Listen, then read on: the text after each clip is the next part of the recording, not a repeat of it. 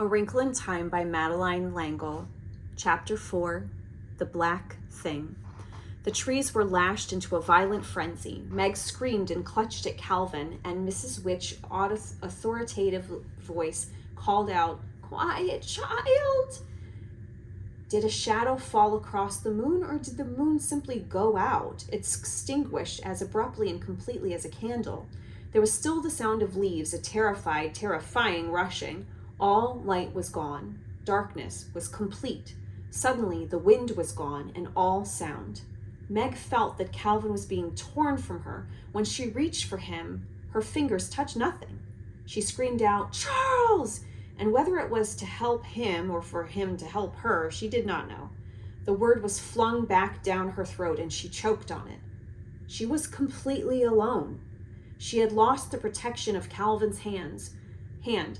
Charles was nowhere, either to save or to turn to. She was alone in a fragment of nothingness.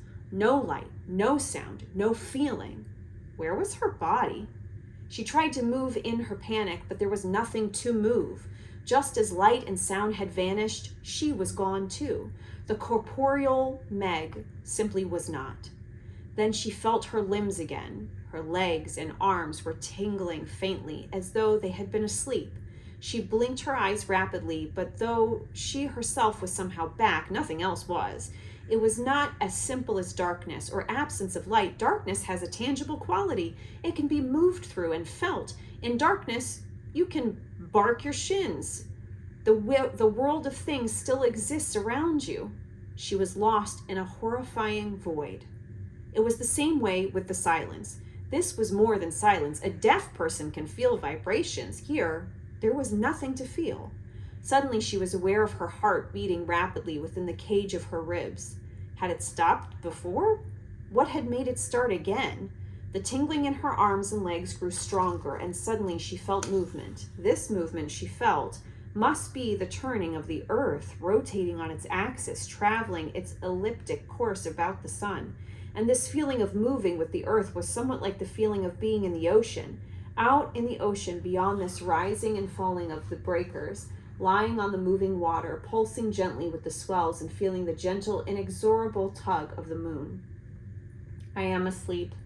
I am dreaming, she thought. I'm having a nightmare. I want to wake up. Let me wake up.